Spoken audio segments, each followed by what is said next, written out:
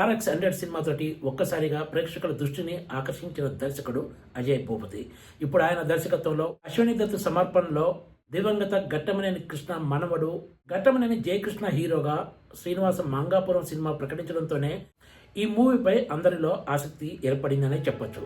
ఈ సినిమాలో ఒకప్పటి Tollywood top heroine Raveena Tandon కూతురు రాషా తాడాని హీరోయిన్ గా నటించింది.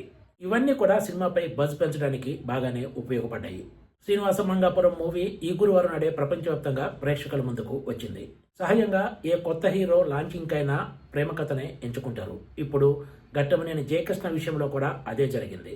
ఈ సినిమా కథ, స్క్రీన్ ప్లే, దర్శకత్వం బాధ్యతలన్నీ కూడా అజయ్ భూపతే చూశారు. అయితే టాలీవుడ్ లో సినిమాల పరంగా చూసుకుంటే ఎంతో బ్యాక్గ్రౌండ్ ఉన్న ఫ్యామిలీకి చెందిన కొత్త హీరో ఘట్టమనేని జయకృష్ణ సినిమాకి సంబంధించి దర్శకుడు అజయ్ భూపతి పెద్దగా ఏమాత్రం కొత్తదనం లేని కథనే ఎంచుకున్నారని చెప్పొచ్చు.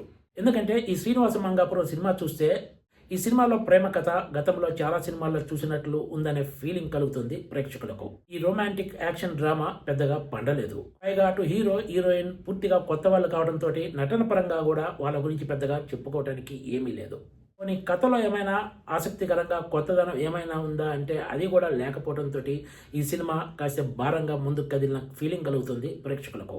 సినిమా స్టోరీ అంతా తిరుపతి, చిత్తూరు జిల్లాతో పాటు బళ్ళారి చుట్టూనే తిరుగుతుంది. ఈ లవ్ స్టోరీలో ట్విస్ట్ ఉన్నా కూడా ప్రేక్షకులకు అది ఏమాత్రం పెద్దగా ఆసక్తి కలిగించదనే చెప్పొచ్చు.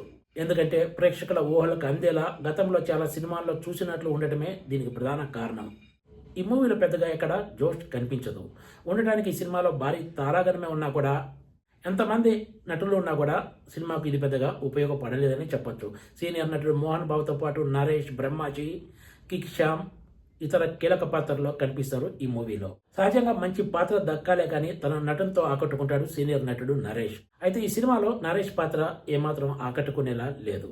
ఇక మోహన్ బాబు, శ్యామ్ పాత్రలో కూడా అంత బలం లేదనే చెప్పొచ్చు.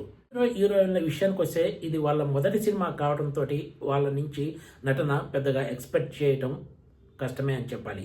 తొలి సినిమా కాబట్టి ప్రేక్షకులకు కూడా వీళ్ళ మీద పెద్దగా అంచనాలు ఏమీ ఉండవు. కాకపోతే ఈ లవ్ స్టోరీలో ఏమాత్రం కొత్తదనం లేక, అటు నటీనటుల యాక్షన్ కూడా ఏమీ లేక సినిమా మొత్తం తేలిపోయినట్లు అవుతుంది. ఓవరాల్గా చూస్తే దర్శకుడు అజయ్ భూపతి ఈ సినిమాపై తన మార్క్ చూపించలేకపోయారు.